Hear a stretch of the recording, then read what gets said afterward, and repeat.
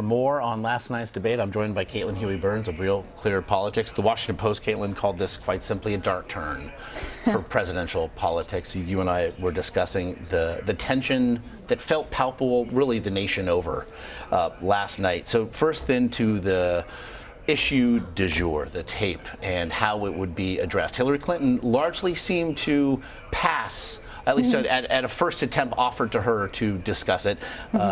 Donald Trump dismissed it as mere locker room talk, although I do want to point out there's an NBC News Survey Monkey poll out today that now says 63% of likely voters believe that Donald Trump simply does not respect women.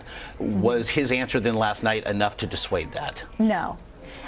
He did not exactly apologize last night, as a lot of his advisors even wanted him to do, sounding more humble and contrite and expressing to the American people that he was in fact a changed man, that the campaign did in fact change him. Gave no indication of that last night, instead consistently dismissing it as simply locker room talk. And so if you were someone who was offended by those statements and all the other ones that Donald Trump has made, that I think dug him further into a hole. And then on top of that, he went after Clinton on Bill Clinton's infidelities, of course, having those women in the room, hosting that press conference, or press availability at least, with those women ahead of time to really kind of rile her up and get under her skin.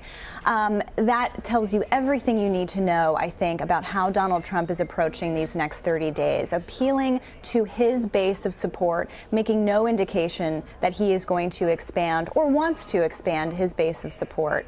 And I think Clinton took the approach that she took was to not take that bait, to quickly move on and list the laundry list of things that Donald Trump has done in the past at least year, and really just not engaging him in that. And I think Democrats watching that were kind of relieved about that. And Republicans, as we've talked about before, this is not a track that they wanted Donald Trump to go down. They know that it's been litigated and that it has backfired in public in elections before. Well, and to that end, we know now that 1 in 4 Republican voters say they don't want Donald Trump as their nominee. So it's not really just about broadening the appeal. It's also about shoring up a rather faulty base.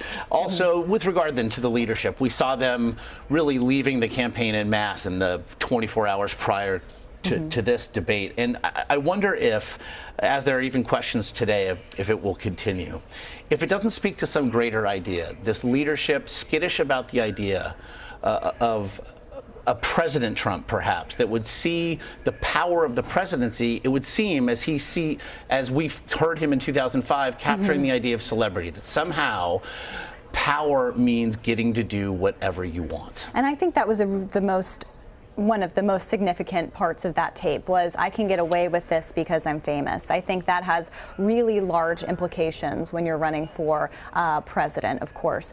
I think, you've seen the Trump campaign hemorrhaging Republican support over the past 48 hours at least. Others were looking to this debate as a sign that maybe he could kind of right the ship, so to speak.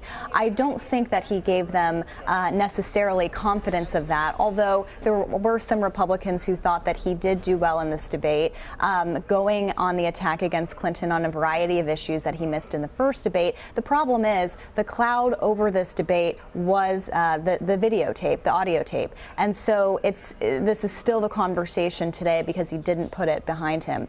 I also think Republicans who are leaving the candidate en masse were also looking at the idea that he was losing support before all of this. He was trailing in battleground states. He was trailing nationally. And when we're talking about why now, why this moment, I think that was certainly part of the calculation. Do you think then if perhaps Hillary Clinton last night was looking to parry thrusts, to play it perhaps a bit defensive, to rise above, as she said, while Donald Trump looked to double down here, really looked to prosecute a case anew? Did both candidates go to bed last night, wake up this morning thinking, I did what I had to do last night? I think they both did. I mean, their goals, of course, were very different. I think one of the interesting things about this debate was another big piece of news over the weekend was the leaks of emails regarding Hillary Clinton and this saying one thing in public, one thing in private. For Donald Trump, that is a thing that perfectly captures his argument against her. And a lot of people who support him or support a change candidate, their argument against her, that she is dishonest, that she's not trustworthy, that all of these things we've seen in polling over and over again. The problem, of course, is, and this is also reflective of the entire campaign, that faced with those opportunities, Trump is not able to seize them exactly how Republicans would have wanted, because he's also facing his own stumbles of his own making. And so while I do think that he did go after her on that last night, and I think he did have a pretty quick and effective argument when she went to the Lincoln route, again, I think a lot of this is overshadowed by the tape. And also a lot of Republicans are wondering what else is out there. And so even if this stopped the bleeding for now, which I'm not convinced that it did, there's still that anxiousness about what else is out there. Again, that next debate a week from Wednesday, and it does seem forever from here to then. Caitlin Huey-Burns will be Real Clear Politics as always. We appreciate the insights. Thank you.